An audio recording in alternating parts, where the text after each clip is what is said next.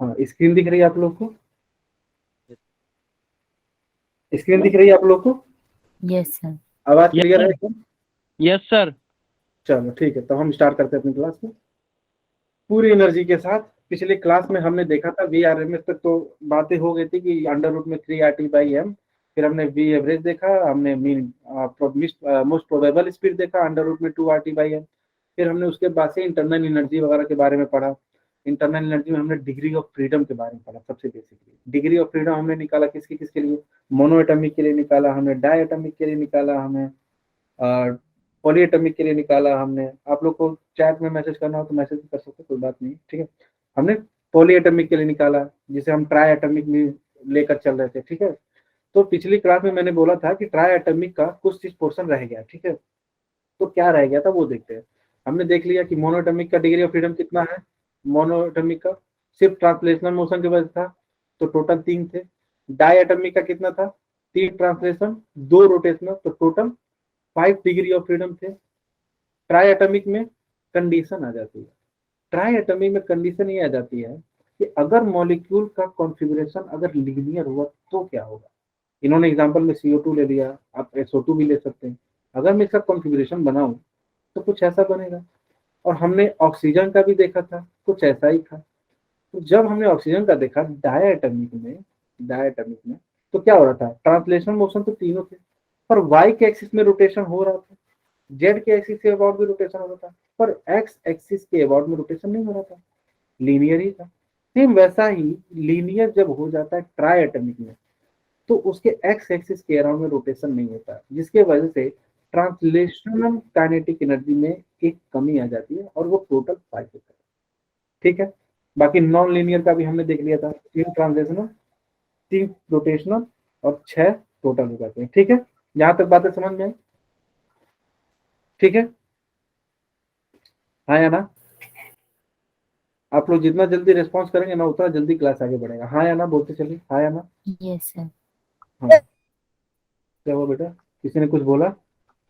अच्छा, क्या मैंने आप लोग को बोला था क्या कि कभी कभी सवाल में ना बोल देता है कि इस गैस के पास ना वाइब्रेशनल काइनेटिक एनर्जी भी है, जबकि हमने तो बोला कि भाई वाइब्रेशनल काइनेटिक एनर्जी एक सिग्निफिकेंट टेम्परेचर पे आता है, तो उसको हम नहीं पढ़ेंगे। तो वाइब्रेशनल काइनेटिक एनर्जी जब भी बोलेगा कि क्वेश्चन में है, तो हम जो भी होगा मान लेते हैं मोनो है या डाया है चाहे ट्राई है, तो हमें पता है इसका एफ कितना है, 3, इसका 5, इसका 6। तो वाइब्रेशनल काइनेटिक एनर्जी के बारे में जब बात करेगा तो हम F is equal to 2 vibrational kinetic energy आता है, तो हम इसमें दो दो जोड़ दें। मान लेते हैं डायटोमिक के लिए क्वेश्चन में दे दिया, बोल दिया वाइब्रेशनल काइनेटिक एनर्जी है, तो 5 + 2 हो जाएगा। ट्राइटोमिक के लिए 6 + 2 हो जाएगा। बस इतनी बात ध्यान में रखनी, ठीक है। ठीक है, इतनी बातें। चलो हम आगे चलते हैं। Maxwell law of equipartition of energy, ठीक है। ये law of equipartition of energy क्या कहता है, पहले तो टर्म से बहुत क्लैरिफाई है कि इक्विपार्टीशन, पार्टीशन कर रहे हैं पर इक्वल में, किस चीज का, काइनेटिक एनर्जी जो एक मॉलिक्यूल की है, हर एक मॉलिक्यूल जो हर एक डिग्री ऑफ फ्रीडम से एसोसिएटेड है, उसकी जो काइनेटिक एनर्जी होगी वो इक्वल होगी, समझते हैं। और वो इक्वल होगी तो कितनी होगी, हाफ KT से। ये KT जो है ना, ये के है ना, वो बोल्ट्जमैन कांस्टेंट ही है, पर ये हाफ के ऐसे ही लिख रहे हैं इसमें, ठीक है। अच्छा, हमने देखा कि जो इंटरनल एनर्जी है वो काइनेटिक एनर्जी है, और पिछले में हमने मोनो एटॉमिक का एक्सप्रेशन भी निकाला था। मोनो एटॉमिक गैस के लिए, मोनो एटॉमिक आइडिया गैस के लिए क्या था वो एक्सप्रेशन, ½ m VX² था, प्लस ½ m VY² था, प्लस ½ m VZ² था। क्या कह रहा है डिफिनेशन, कह रहा है जो काइनेटिक एनर्जी हर एक मॉलिक्यूल का जो एसोसिएटेड है हर एक डिग्री ऑफ फ्रीडम के साथ, वो इक्वल है।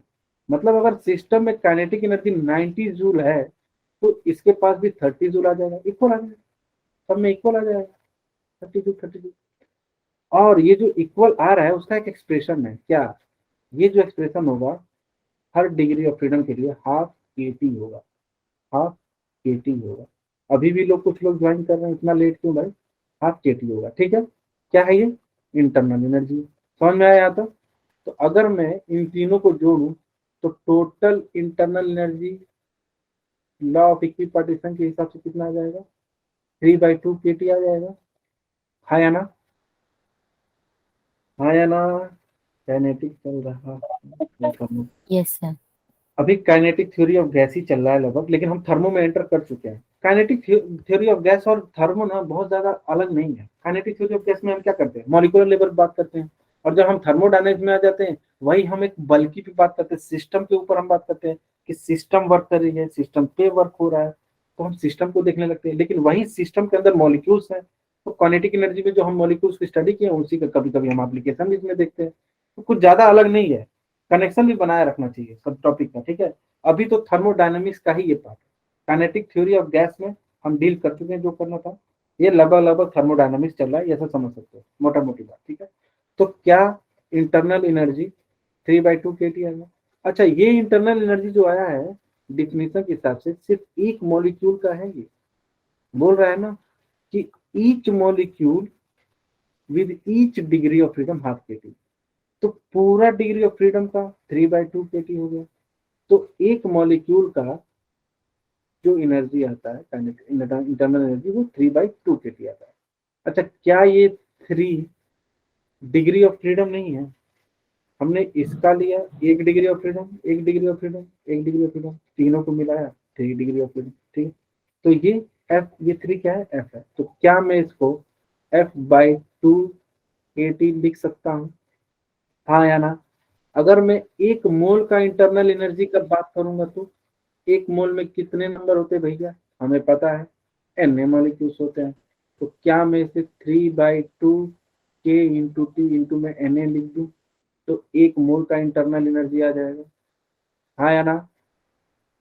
हाँ या ओके ना बोलते चलो भैया। सर, ठीक एक है, बार स्लाइड पीछे कर दीजिए। अच्छा ये इस ठीक है, यहाँ तक समझ में आया। मोनोएटॉमिक के लिए काइनेटिक एनर्जी का एक्सप्रेशन पता है हमें। फिर जो लॉ ऑफ इक्विपार्टीशन एनर्जी जो होता है उसके हिसाब से हर एक डिग्री ऑफ फ्रीडम का एनर्जी कितना होता है, हाफ kT। मोनोएटॉमिक की बात किया तो 3/2 kT आया क्योंकि 3 डिग्री ऑफ फ्रीडम है। अगर डायएटॉमिक की बात करता तो 5/2 kT आ जाता क्योंकि 5 डिग्री ऑफ फ्रीडम है। और यही ट्राई की बात करता तो 6/2 यानी कि 3 kT आ जाता टोटल। ये ठीक है, हो हो गया गया सर। कंप्लीट। ओके, ठीक है। फिर हमने एक मॉलिक्यूल के लिए देख लिया, एक मोल के लिए हमने निकाला, क्या क्या हमने Na मॉलिक्यूल से मल्टीप्लाई किया। अच्छा, हमें पता है कि Kb is equal to R/Na होता है, ये बोल्ट्जमैन कांस्टेंट है, मैं पहले बता चुका हूँ। तो क्या मैं R इज इक्वल टू में बोल्ट्जमैन कांस्टेंट इंटू में Na लिख सकता हूँ। तो यहाँ पे बोल्ट्जमैन कांस्टेंट इंटू Na है, तो एक मोल का इंटरनल एनर्जी 3/2 RT लिख सकते हैं, ठीक है। ठीक है, अगर मैं एन मोल के लिए निकालूं तो सॉरी, ये डिग्री ऑफ फ्रीडम है एफ, ठीक है। ठीक है, 3 भी लिख सकते हैं पर वो मोनो के लिए हो जाएगा, मैं जनरल एक्सप्रेशन निकाल रहा हूँ एफ, ठीक है। तो ये एन मोल के लिए कितना हो जाएगा, एन इंटू में F/2 RT। ये आता है हमारे पास इंटरनल एनर्जी का expression N number of moles के लिए। अब आप इसको मोनो एटॉमिक के लिए निकालना होगा तो F3 पुट कर देंगे, डाया के लिए निकालना होगा तो F5 पुट कर देंगे, और ट्राई एटॉमिक या पॉली एटॉमिक निकालना होगा तो 6 कर देंगे, ठीक है। अच्छा, अगर मैं बात करूं कि मेरे को चेंज इन इंटरनल एनर्जी निकालना है तो क्या मैं इसी एक्सप्रेशन को डेल्टा यू, मतलब चेंज इन इंटरनल एनर्जी, मोल तो पता ही होगा कितना है, एफ डिग्री ऑफ फ्रीडम है, आर तो कांस्टेंट है, क्या टेम्परेचर में ही चेंज होगा। तो क्या ये एक्सप्रेशन आ जाएगी NF/R/2 × ΔT। यहाँ तो सर आपके क्या लिखा है, सर आपके प्रीवियस लेक्चर यूट्यूब पे अवेलेबल होंगे क्या। अभी तो नहीं है बेटा, लेकिन आ जाएंगे, ठीक है। आ जाएंगे, मैं आप लोग को इन्फॉर्म कर दूंगा। क्या है ना, वो लिंक अपलोड होना बाकी है, मैंने एक्सेल शीट बना दिया है, वो अपलोड हो जाएगा जल्द से जल्द। मैं बोलता हूँ टेक्निकल टीम को बोल देता हूँ कि वो कर देंगे, ठीक है। इतनी बातें समझ में आई कि चेंज इन इंटरनल एनर्जी क्या है, NFR/2 ΔT। अच्छा, ये पूरा टर्म तो लगभग लगभग कॉन्स्टेंट है, ये तो गिवन होगा। एफ डिग्री ऑफ फ्रीडम किस प्रकार का गैस है, किस पे डिपेंड कर रहा है delta U, internal energy, temperature पे, ठीक है। ठीक है, इतनी बातें समझ में? अच्छा, 3 रिलेशन है, हमें बस याद रखने क्या है। मेयर्स रिलेशन होता है Cp minus Cv is equal to R। ये जो Cp है ना, कैपिटल C, यानी कि molar specific heat capacity at constant pressure, ये कैपिटल Cv है, molar specific heat capacity at constant volume. ठीक है, तो ये capital Cp minus capital Cv is equal to R होता है। ये सबके लिए ट्रू है, फॉर ऑल गैसेस। ठीक है, फिर आता है तब रेशियो ऑफ स्पेसिफिक हीट, जिसे हम गामा से डिनोट करते हैं, और वो होता है Cp बाई Cv। क्या होता है? Cp by Cv। और हम जब थर्मोडायनेमिक्स में अंदर पढ़ते हैं ना, तो हमें एक और रिलेशन मिलता है, Cv is equal to F by 2R। क्या सबको पता है? ये तीनों रिलेशन आप सबको पता है कि नहीं? हाँ या ना? Yes sir. Yes sir.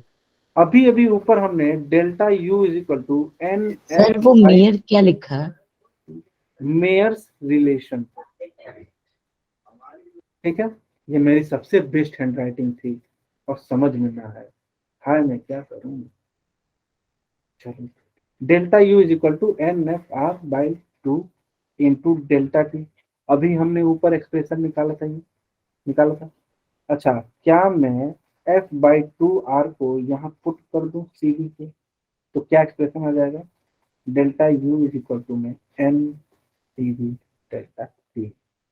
ये हमेशा हमेशा इंटरनल एनर्जी का फॉर्मूला यही रहता है, ये ध्यान दें। So I will watch this class on recording list later because my network is not working properly. But seriously, sir, your explanation is very thank you. Thank you Mohit. Okay बेटा, मैं कोशिश करूंगा कि ये जल्द से जल्द अपलोड हो जाए, आप सबको भी मतलब जरूरत पड़े तो आप लोग कभी भी देखें। होता है बेटा अपलोड, मैं कोशिश करता हूँ कि जल्द हो जाए। ठीक है, अच्छा सबको ये एक्सप्रेशन समझ में आ गया? इंटरनल एनर्जी चेंज होगा, ये expression N C B delta T, और हमेशा delta U N C B delta T होता है, प्रेशर कांस्टेंट हो चाहे वॉल्यूम कांस्टेंट पे काम हो रहा हो, हमेशा N C B delta T. अच्छा, ये एक टेबल है, आप लोग बना लें, मतलब बस एक फील के लिए कि मोनो एटॉमिक में Cv कैसे बदल रहा है, Cp कैसे बदल रहा है, जो स्पेसिफिक हीट का रेशियो है वो कैसे बदल रहा है, बस एक फील के लिए बस हम देखते हैं। ठीक है, तो हम थोड़ा सा जल्दी जल्दी बना लेते हैं। एक बार टेबल आप लोग कंप्लीट कर लीजिए, बताइए मुझे टेबल कंप्लीट करके, एक बार टेबल कंप्लीट कीजिए, फिर हम लोग आगे बढ़ते हैं। लिख लीजिए एक बार, फिर हम मैं बताता हूँ।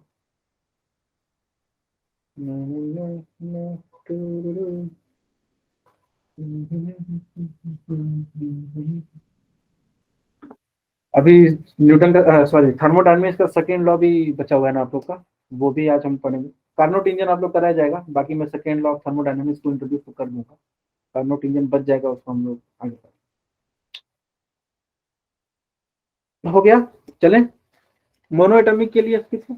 सर 3 है, डाया के लिए 5 है, पॉली के लिए 6 है। अब तो रट जाना चाहिए। Cv कितना होगा, वैल्यू पुट कर दें एफ की जगह पे, कितना होगा? 3/2 है। अब आप लोग बताइए Cv कितना होगा डाया के लिए, जल्दी जल्दी। 5/2R। हाँ रिस्पॉन्स करो भैया, आता है तो रिस्पॉन्स करो, ना है तो भी रिस्पॉन्स करो, उसमें क्या है। Cv is equal to poly के लिए 6/2R। 3/2R। 6/2R, तो वो कट जाएगा 3R हो जाएगा। गुड बेटा, कुछ लोग मैसेज कर रहे हैं तो चैट में लिख दो, कोई दिक्कत नहीं है मुझे। Cp, अच्छा ये कैसे आया? अभी मैंने बताया Mayer relation Cp minus Cv is equal to R। Cv उधर चला जाएगा तो प्लस हो जाएगा, तो Cp मोनो एटॉमिक के लिए कितना हो जाएगा? Cv का वैल्यू यहाँ पुट कर दो और ऐड कर दो, तो 3/2 प्लस में R, तो 2 ऊपर जाके मल्टीप्लाई, तो 5/2R हो जाएगा। Cp डायटॉमिक के लिए कितना होगा, ये वहां पुट करके बताओ। 7/2R। हाँ 7/2R, गुड। कैलकुलेशन है, मैथमेटिकल कैलकुलेशन है ये, तो पट आ जाना चाहिए। इसको पुट करेंगे तो कितना जाएगा? 4 और सिंपल 4R। 3 पुट। हाँ, गामा कितना होगा? Cp/Cv है, तो गामा ऑफ मोनो कितना आएगा? 5/2 अपॉन में 3/2। R तो R कट जाएगा, तो कितना हो जाएगा? 5/3। 5/3। गुड, 5/3। ठीक है, गामा ऑफ डाया 7/5। 7/5। हाँ गुड, और गामा ऑफ पोली 4/3। ये तो साफ साफ दिख रहा है। ठीक है, अगर मैं कंपेयर करूं गामा को मोनो डाया और पोली में, 4। तो 5/3 कितना होगा? 512.66। ठीक है, 7/5 121.4, फिर 4/3 यानी कि 1.3। 0.33। तो क्या ये वैल्यू उससे बड़ी ये वैल्यू, यानी गामा ऑफ मोनो एटॉमिक जो है वो ज्यादा है गामा ऑफ डाय से, गामा ऑफ डाय जो है पॉली। 2/3 ठीक है,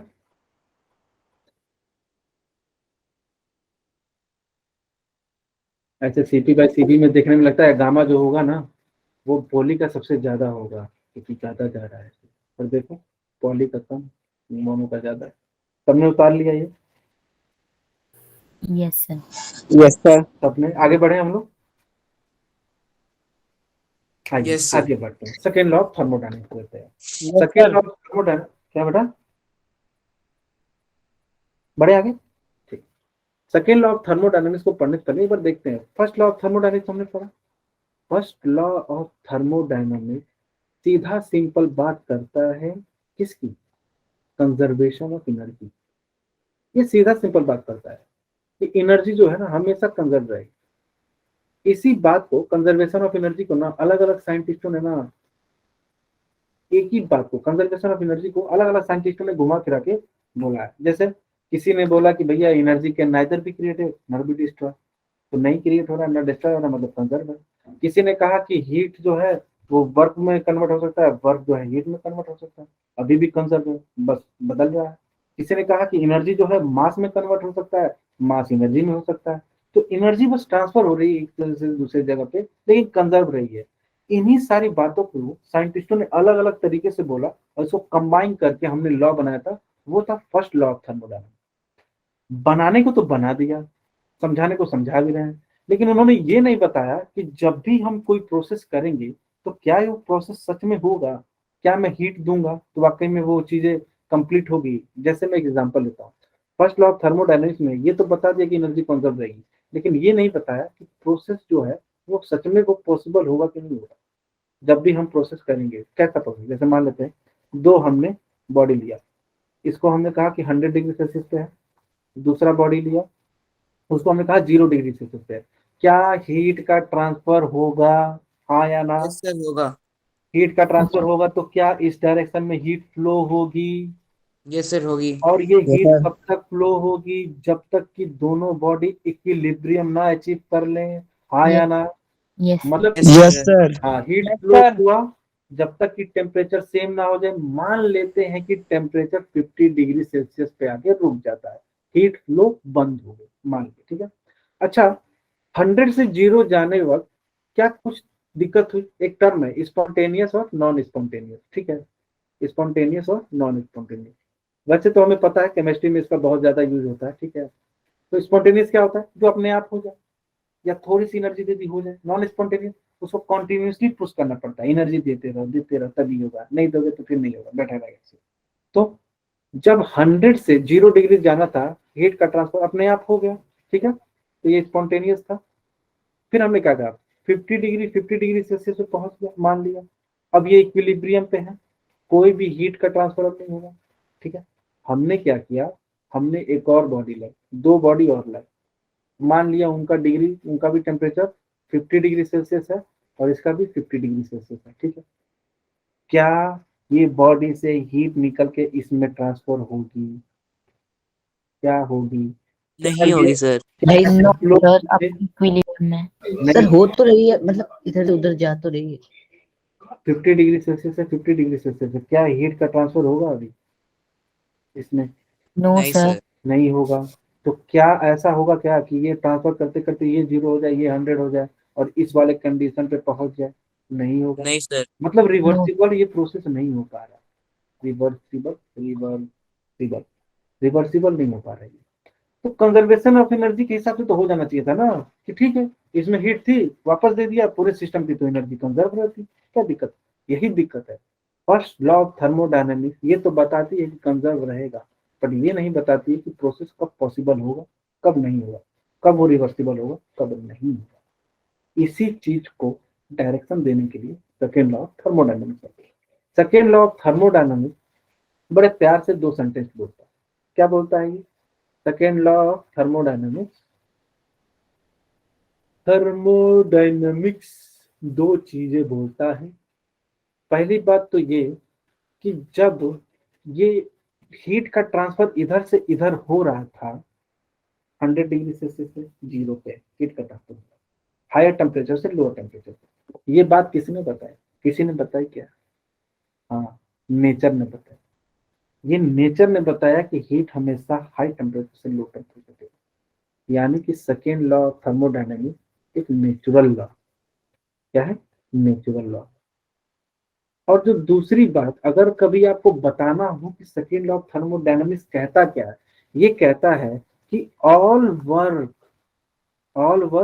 can be converted into heat,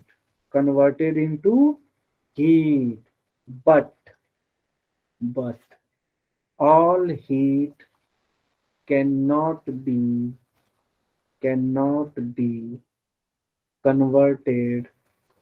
converted into work। कैसे? सुनो,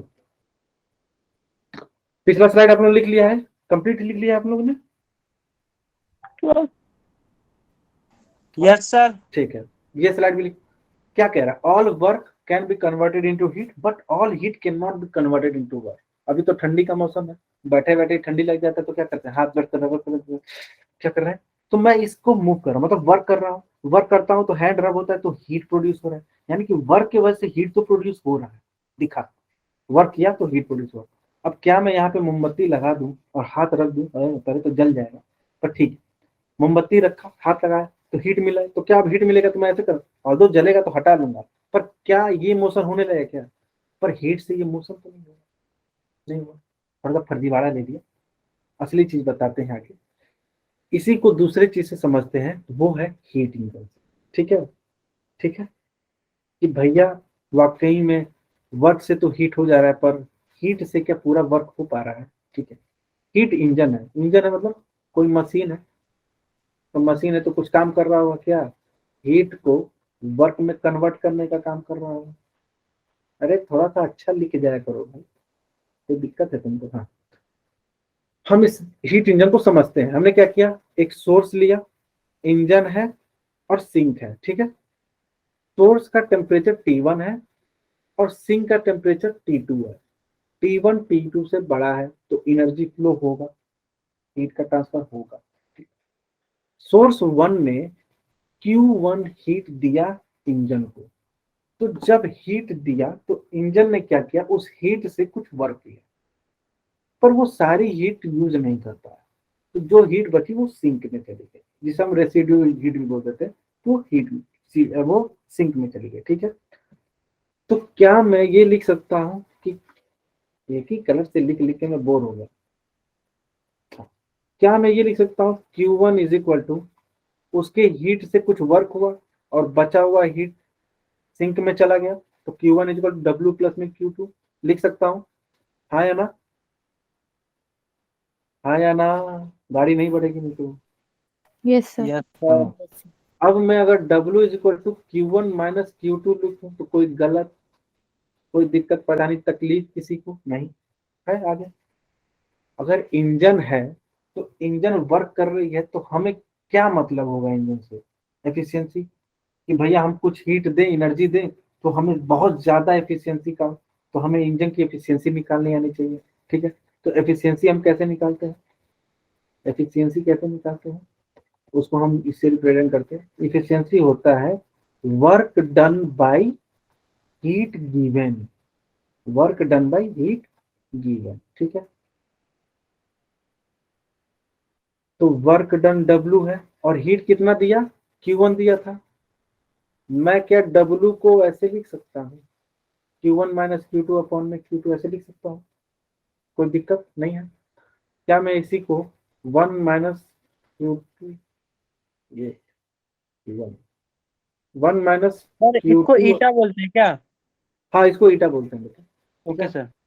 ठीक है, सर ये एक बार एफिशिएंसी है। पिछली ठीक है, स्लाइड दिखा दीजिए। पिछली वाली स्लाइड बेटा, ये यस सर। तो क्या हो रहा है? वो हम 1 माइनस Q2 बाई Q2 कैसे हो गया?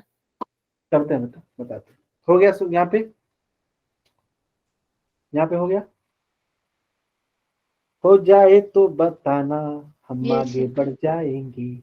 यहाँ पे क्या लिखा है? ईटा इज इक्वल टू में वर्क डन अपॉन में Q1। वर्क डन कितना है? यहाँ पे देखा Q1 माइनस Q2 हमने पुट कर दिया, Q1 माइनस Q2 अपॉन में Q1 हुआ। अगर मैं इसको अलग अलग स्प्लिट करूंगा तो Q1 अपॉन में Q1 आएगा तो 1 हो जाएगा कट के, माइनस माइनस Q2 अपॉन में Q1। ठीक है, बेसिक मैथ है ये तो बेटा। ठीक है, समझ में आया जिसने पूछा? सर वहाँ Q1 होना चाहिए ना फिर तो। अरे यहाँ ना, हाँ ठीक है, ठीक, वो मैंने ध्यान नहीं दिया। ठीक है, तो 1 माइनस Q2 अपॉन Q1। ठीक है, अच्छा एफिशिएंसी हम परसेंटेज में भी निकाल सकते हैं। परसेंटेज करना हो तो बस Q1 माइनस ये Q2 इक्वेशन दिया है, इसको इंटू में 100 कर देना। ठीक है, इतनी बात समझ में आई? अच्छा, अगर मैं पूछूं क्या एफिशिएंसी क्या एफिशिएंसी 1 हो सकती है या किसी भी इंजन की 100% हो सकती है, तो जवाब आएगा नहीं। क्यों नहीं? अगर एफिशिएंसी 1 या 100 होनी होगी तो क्या Q2 को 0 होना पड़ेगा? क्या Q2 को 0 होना पड़ेगा? अगर ये 0 होगा तो ये पूरा टर्म 0 होगा, तो एफिशिएंसी 1 आ जाएगी। ठीक है, 1 आ जाएगी। तो क्या किसी इंजन की एफिशिएंसी 1 या 100% हो सकती है? जवाब है नहीं। क्यों? Q2 को 0 होना पड़ेगा। Q2 0 होने का मतलब कोई सिंक बॉडी है ही नहीं, कोई सिंक बॉडी है, कोई लोअर टेम्परेचर की बॉडी है ही नहीं, लोअर टेम्परेचर की बॉडी ही नहीं है। हीट के फ्लो के लिए दो बॉडी तो होनी चाहिए ना, एक हाई पे एक लोअर पे, वरना हीट का ट्रांसफर कैसे होगा? अगर मैंने Q2 को 0 कर दिया, हटा दिया, मान लेते हैं मेरे पास बाइक है, मैं चला रहा हूँ, खत्म उसमें से फ्यूल, तो मतलब अगर गाड़ी का जो टेम्परेचर है मैं उसी से एनर्जी लेके गाड़ी भगाना शुरू कर दूं, क्योंकि हीट का ट्रांसफर तो अब कहीं और होना नहीं है। क्या ऐसा मुमकिन है? नहीं, हीट का ट्रांसफर तो होना चाहिए ना, उसके लिए दूसरी बॉडी का भी होना चाहिए, और जब दूसरी बॉडी आएगी तो हीट ट्रांसफर होगा। तो Q2 कभी 0 होगा ही नहीं। Q2 जब 0 नहीं होगा तो एफिशिएंसी कभी 1 भी नहीं आएगी। इतनी बात क्लियर है? आगे बढ़े, आगे बढ़े, लिख लिया सबने ये चीज? Yes sir. ठीक है, आइए थोड़ा सा चीजें हो और समझते हैं कि मान लेते हैं, कितना मानेंगे सर, हर चीज मान ही रहे हैं, मानने के अलावा कुछ नहीं, मंदिर है।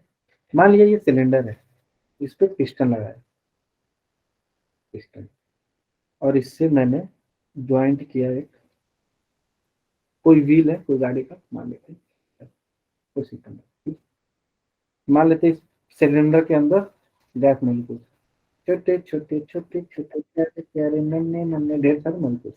अगर मैं इस सिस्टम को हीट दूं तो क्या इसकी इंटरनल एनर्जी बढ़ेगी? और अगर इसकी एनर्जी बढ़ेगी तो क्या ये इधर फोर्स लगाएगा, तो इसका एक्सपेंशन होगा, एक्सपेंशन होगा तो ये चलेगा और पहिया घूमेगा, हाँ या ना? ठीक है, अगर मैं हीट दिया तो एक्सपेंशन होगा, एनर्जी बढ़ेगी, एक्सपेंशन होगा, एक्सपेंशन होगा तो ये मूव करेगा।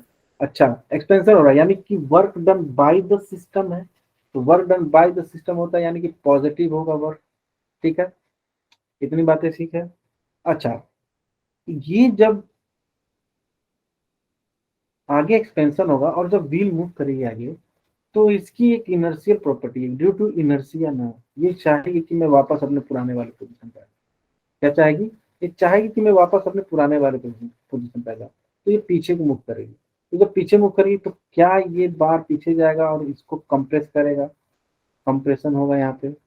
जब कंप्रेशन होगा तो वॉल्यूम घटेगी, और जब भी कंप्रेशन हो रहा है यानी कि सिस्टम वर्क कर रहा है, सिस्टम पे वर्क हो रहा है, तो जब सिस्टम पे वर्क होता है तो वर्क डन निगेटिव होता है, हाँ या ना?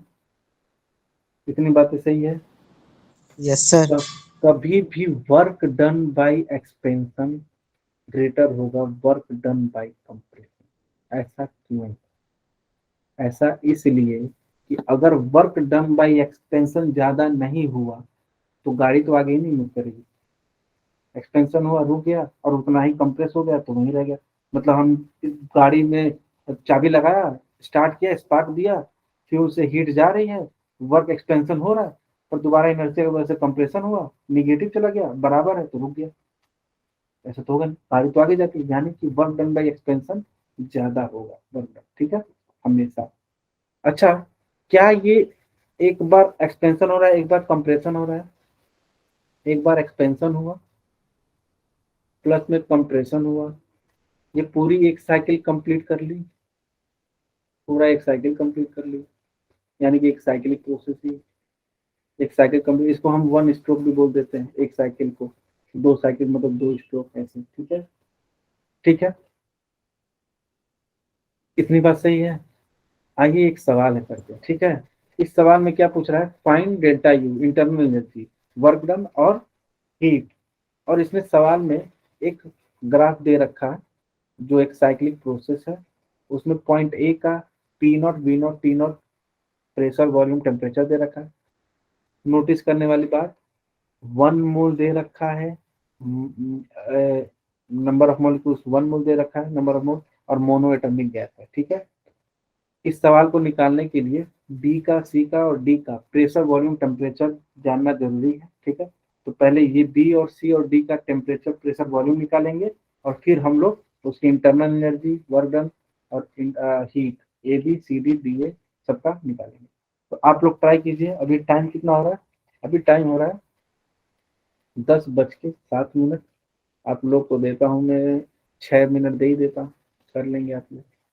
ये 6 मिनट दिया आप लोग को। 3 बार मैगी बनाने का टाइम हो गया है, 2 मिनट में मैगी बन जाती है, आप लोग 3 बार बना के खा सकते हैं, ऐसा उनका कहना है, मेरा कहना नहीं है, मेरे से तो आसक नहीं। सभी लोग ट्राई करेंगे। इस सवाल से आपको सब समझ में आ जाएगा। ये सवाल आप लोगों ने कर लिया या जब मैं बताऊंगा तो आप लोग को बहुत सारी चीजें क्लियर होंगी। ये एक ही सवाल में सब, और बहुत सारी चीजें आप लोग ग्राफ से निकालना भी सीख जाएंगे तुरंत। चलिए ट्राई कीजिए कम से कम एक। चलो हिंट दे देता हूँ, P V is equal to N R T, ideal gas की इक्वेशन होती है। एन तो 1 है, एन तो 1 है, तो P V is equal to R T हो जाएगा। इस आर भी कांस्टेंट है, तो P V is equal to T आ जाएगा सीधे। बस इसी रिलेशन का यूज करके ये सारे पॉइंट निकालने, इतना हिंट दे दिया। उसके बाद से तो हमें पता है फॉर्मूला, इंटरनल एनर्जी का फॉर्मूला पता है, वर्क का पता है, क्यू का पता है, हमें सब पता है। अब इतना हिंट दे दिया मैंने, आप लोग कीजिए। सर एग्जाम में भी आएंगे क्या हिंट दे? नहीं नहीं, तो यहाँ क्यों दे रहे हैं? ठीक है, आगे से नहीं दूंगा। क्वेश्चन तो लिखने दीजिए पूरा। लिख लो भाई। मेरा तो आदत है बड़बड़ाना, क्या करें, सभी लोग परेशान हैं। हाँ,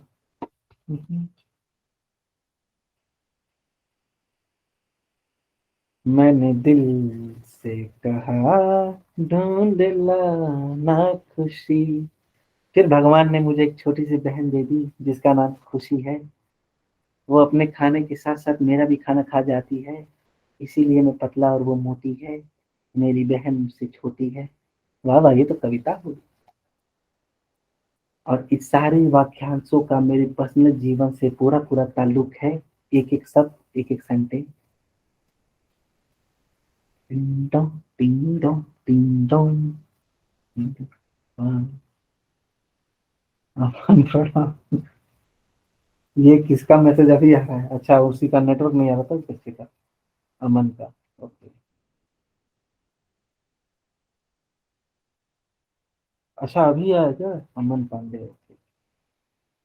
45 लिखा था तुमने, 45 मिनट्स पहले आया। इतना पहले तो क्लास भी नहीं स्टार्ट हुई। विष्णु प्रताप नंदा, चलो क्वेश्चन सॉल्व करो भाई। तुम अगर गाना सुनने आओ यहाँ पे, मजा मस्ती करने आओ, क्वेश्चन करो भैया, क्वेश्चन।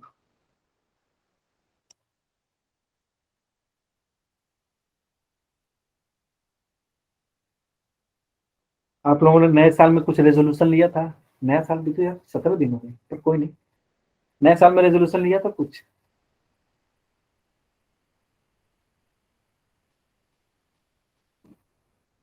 मेरे जीवन का सबसे पहला रेजोल्यूशन था कि मैं कभी भी आलस नहीं करूंगा, I will not be a lazy person. फिर मैंने 2022 में रेजोल्यूशन बनाया था और उसका लिस्ट बनाया था, ये फिर 2023 में मैं उठा, मैंने 2022 को ही 2023 करके बैठ गया। ये मेरा नया रेजोल्यूशन। तो इसका क्या कंक्लूजन है? यस सर, और अभी भी चल रहा है। इसका कंक्लूजन ये है कि मेरा पहला रेजोल्यूशन ही नहीं कंप्लीट होता रहा है, लेजीनेस वाला। तो इतना लेजी हूँ कि दोबारा लिखा भी नहीं, सिर्फ 2022 को 2023 कर दिया। कौन तो लिखे और कौन तो पूरा करे? जल्दी करो भैया, 2 बार की मैगी बन चुकी है, 1 बार की मैगी बची हुई है, मतलब 2 मिनट बचे हैं। सर नहीं हो रहा है। अच्छा कोई बात नहीं, सभी लोगों से क्या सभी लोगों का यही कहना है क्या? नहीं हो रहा? Yes sir sir. ए से बी वर्क डन 0 है और बी से बी टू टी नॉट है और सी से डी 0 है और डी से ए -2 टी नॉट है क्या? ठीक है, पहले का तो तुमने 0 बोला, ऐसे भी ठीक है, सी डी का भी 0 बोला, ठीक है। बी से सी का कितना बोला था? 2 टी नॉट। 2 T not. अच्छा ठीक है, यहाँ पे बेटा आर को कांस्टेंट, तो आर को ले भी सकते हो, हटाना नहीं, आर को ले दो, आर टी नॉट लिख दो, 2 आर टी नॉट, ठीक है। ठीक है सर। हाँ, और डी से ए का? Sir -2 R T not. -2 R T not है। फिर से चेक करो, फिर से चेक करो। प्रेशर पी नॉट है और वॉल्यूम देखो 2 वी नॉट से वी नॉट जा रहा है, माइनस तो आएगा but 2 V naught minus V naught, तो यानी कि सिर्फ वी नॉट बच जाएगा, और पी नॉट वी नॉट को तुमने रिप्लेस सॉरी कर दिया। सर, 2 हाँ नहीं होगा सर। हाँ, माइनस में होगा और सिर्फ आर टी नॉट होगा, यही ना? ये हाँ ठीक है, चलो आप करते हैं, सबको याद है। चलो भैया, तीसरी वाली मैगी का इंतजार नहीं करेंगे, हम लोग सॉल्व करेंगे, ठीक है। चलो PV is equal to NRT, ठीक है। मैंने क्या कहा, एन तो 1 मोल है तो मैंने हटा दिया, ठीक है। अब मैं बी का प्रेशर, वॉल्यूम और टेम्परेचर निकालता हूँ, ठीक है। मैं अगले स्लाइड पे चलता हूँ, सब खिचड़ी नहीं बना। हाँ, तो बी पे प्रेशर क्या होगा, 2 पी नॉट दे रखा है यहाँ पे, और यहाँ का प्रेशर क्या होगा, वॉल्यूम कितना है, वी नॉट है, ठीक है। अच्छा, P V is equal to N R T, N भी कॉन्स्टेंट है, आर भी कॉन्स्टेंट है, तो मैं डायरेक्ट टी लिख देता हूँ। सिर्फ प्रोपोर्शनलिटी चेक करना है, कैसे ये मतलब डिपेंडेंट है। तो अगर मैं पी नॉट बी नॉट लिया हूँ तो देखो सर फिर टेम्परेचर, वहां तो प्रोपोर्शनल लगेगा ना? हाँ मतलब बस कंपेयर करने के लिए ले रहा हूँ, ठीक है। ऐसे ही मतलब एन आर वी लिख दूँ तो कोई बहुत फर्क नहीं पड़ेगा, बहुत फर्क नहीं पड़ेगा, नीचे आ जाएगा, कांस्टेंट में रहेगा, पी नॉट बी नॉट तो वैसे ही रहेंगे, ठीक है। बोलो तो लिख के चलो या हटा के चलो, मान लो यहाँ पे लिखा हुआ बस ऐसे, तुम लोग को बस कंपेयर करना है। पी नॉट वी नॉट है तो टी नॉट टेम्परेचर है, दिख रहा है, ठीक है। ऊपर देखो 2 पी नॉट है, इंटू में वी नॉट हुआ, और हमें टेम्परेचर बी पॉइंट पे निकालना है।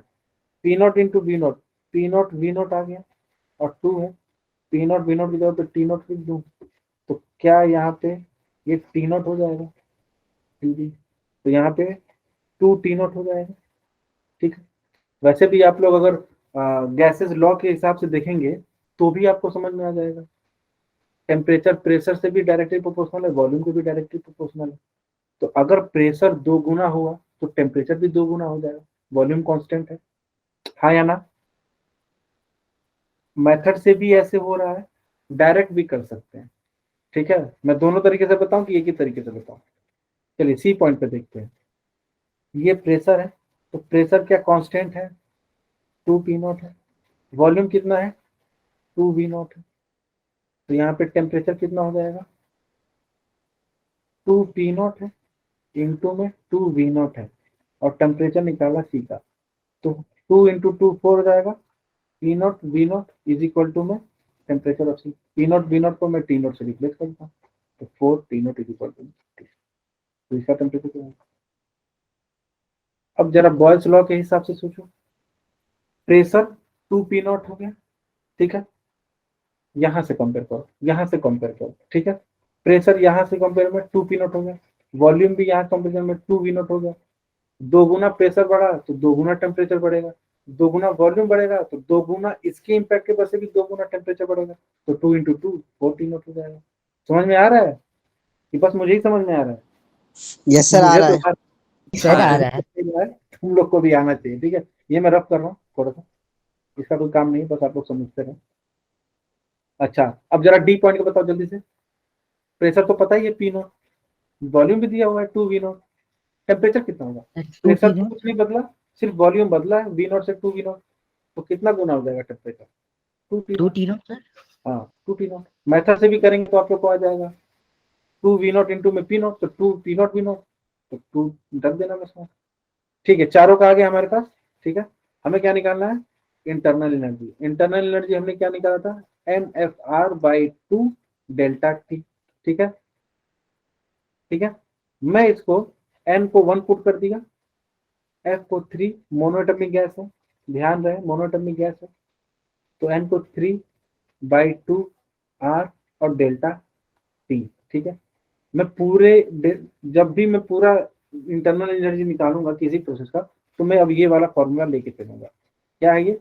3/2 आर डेल्टा टी। अब मैं बस इसका यूज करूंगा हर जगह। अब मैं प्रोसेस ए से बी पे चलता हूँ। ठीक है, ए से बी से देखेंगे, ए से बी पे, ए से बी। ठीक है, delta U is equal to में 3/2 आर तो कांस्टेंट है, टेम्परेचर में क्या बदला हुआ? 2t0 माइनस में t0, 2t0 माइनस में t0। क्या मैं इसको t0 लिख सकता हूँ? 2t0 माइनस t0, तो सीधा सिंबल कितना आ जाएगा? t0। ठीक है, फिर मैं बी से सी देख रहा हूँ, डेल्टा यू 3/2 आर तो कांस्टेंट है, टेम्परेचर में कितना बदला हुआ?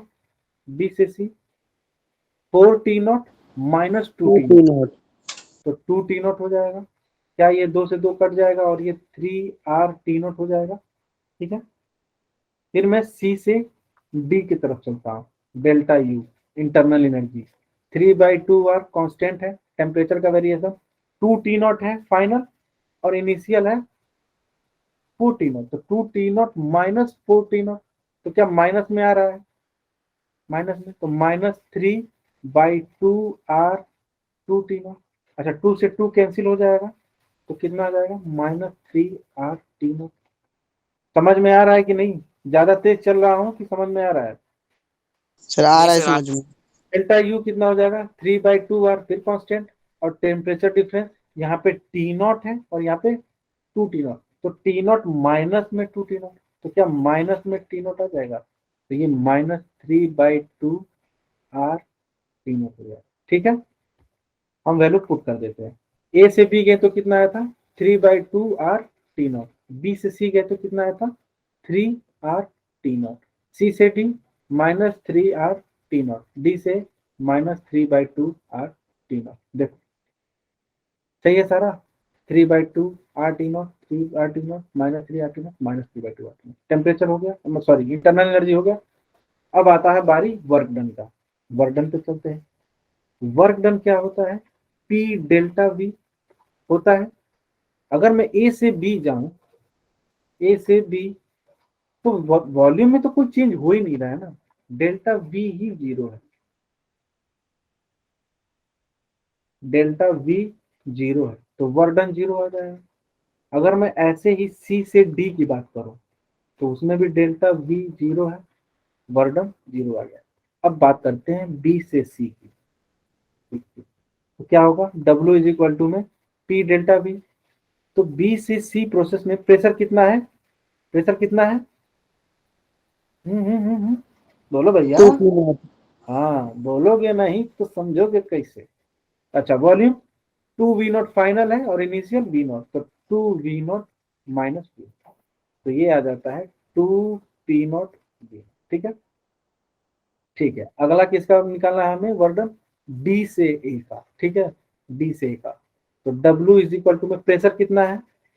T0, और कितना है इसका change in volume? v0 minus 2v0, v0 minus 2v, -2v0। तो -t0 v0 हो जाएगा।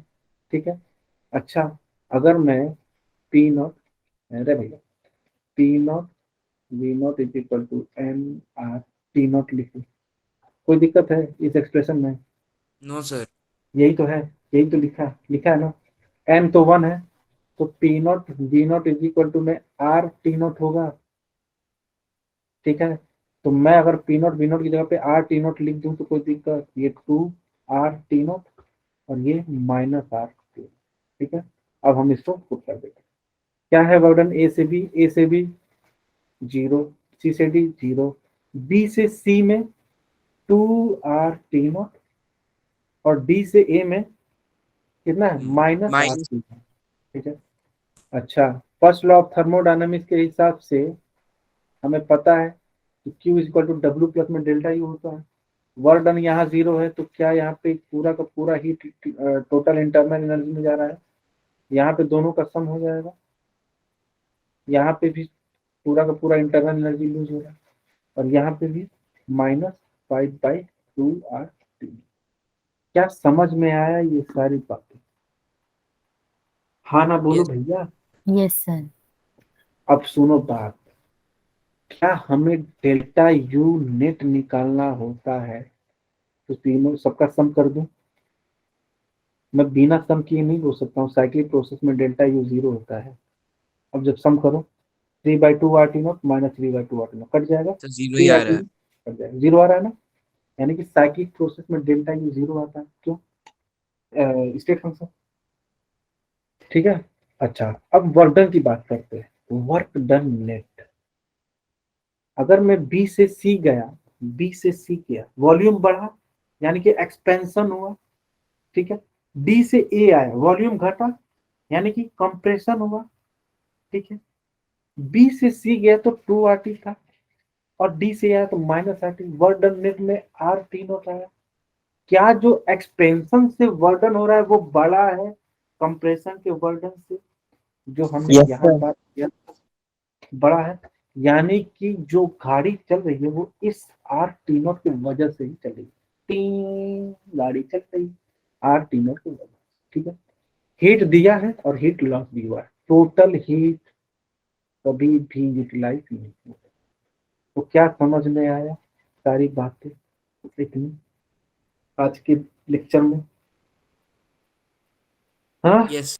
ठीक है। कोई कंफ्यूजन है इस सवाल में? नो एक ही सर। सवाल था, काफी लेंदी था, समझ सकता हूँ, लेकिन इसी में बहुत सारी बातें निकल गई हमारी। हमें इंटरनल एनर्जी निकालना आ गया, वर्क डन देख लिया, फर्स्ट लॉ ऑफ थर्मोडायनामिक्स लगा लिया, हमने डेल्टा यू के बारे में देख लिया कि साइक्लिक प्रोसेस में 0 होता है, हमने वर्क डन का भी देख लिया साइक्लिक प्रोसेस में कि हाँ पॉजिटिव आएगा हमेशा। ठीक है। तो हमने इतनी इतनी बातें कर ली एक ही क्वेश्चन में। क्या कोई और दिक्कत, तकलीफ, परेशानी, डाउट? तो हम आज के लेक्चर में यहीं तक रहने देते हैं। अगले क्लास में हम कार्नोट इंजन पढ़ेंगे और कुछ सवाल करेंगे, और हमारा थर्मोडायनामिक्स। सर इसके 2-3 क्वेश्चन डाल ठीक है। दीजिएगा शीट में। हाँ हाँ बेटा, परेशान मत हो, क्वेश्चन के लिए परेशान नहीं। सैटरडे को अलग से रिवीजन क्लास भी है आप लोग का, पूरा क्वेश्चन थर्मोडायनामिक्स का पूरा क्वेश्चन 1.5 घंटे क्वेश्चन। परेशान?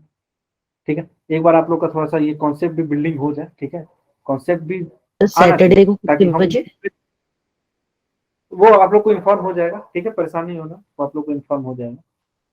सर वरना फिर स्कूल से छुट्टी लेनी पड़ेगी सैटरडे को। अच्छा ऐसा है क्या? हाँ। अच्छा अच्छा, ठीक है, मैं एक बार टीम से बात कर लूंगा। अभी प्लानिंग चल रही है तो उस हिसाब से बात कर लेंगे। नहीं तो मैं कार्नोट इंजन जब कराऊंगा ना, तो आप लोग को मैं क्वेश्चन कराऊंगा, 2-3 क्वेश्चन अच्छे अच्छे कराऊंगा। ऐसे ही क्वेश्चन कराऊंगा कि एक ही सवाल में सारे कॉन्सेप्ट आ जाएगा। ठीक है। सबने नोट कर लिया? मैं इसको बंद कर दूं? Yes sir. Yes sir. अच्छा, तो ठीक है, एक बार टीम से बात कर लेंगे। आप लोग का स्कूल भी चल रहा है, वो भी बात है। हाँ ये तो सोचा नहीं, सही बात है। ठीक, कोई नहीं, क्वेश्चन तो मैं करा दूंगा आप लोगों को, परेशान नहीं। ठीक है, क्वेश्चन तो करा